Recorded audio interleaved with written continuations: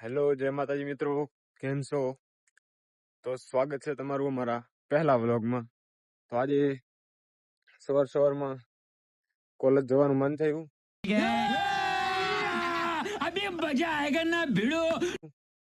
College જવા માટે હું નીકળી ગયો. પછી વિચાર આવ્યો કે એકાદો વ્લોગ પણ બનાવી લઈએ. તો બાઇક તો આપણું હતું નહીં ઘરે, એટલે આપણે ચાલતા ચાલતા નીકળી ગયા છીએ. તો મિત્રો આપણે 500 થી 600 મીટર જેટલું અંતર કાપી લીધું છે. હવે આપણે બસ સ્ટેશન બાજુ પહોંચવાયા છીએ. આપણી સાથે એક મિત્ર બી આવવાના છે કોલેજ જવા માટે. એ બાઇક લઈને નીકળ્યા છે, આપણે લેવા માટે આવે છે. તો હજી શાયદ 200 મીટર જેવું હજી ચાલવાનું છે. બાઇક તો આપણું હતું નહીં. તું સમજા? હા. નહીં, તું સમજા નહીં. આપણે ચાલીને જવાનું, મોસ્ટ ઓફલી કોલેજ ચાલીને જ જતા હોય.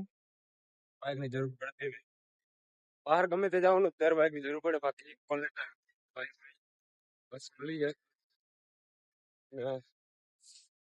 ઠંડીનો પવન બી બહુ છે, શરદીઓ થઈ ગઈ છે.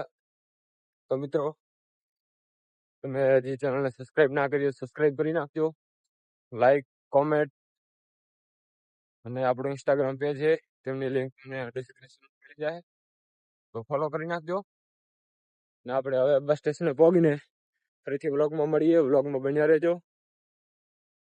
તો જય માતાજી, ફરીથી મળીએ બસ સ્ટેશન જઈને.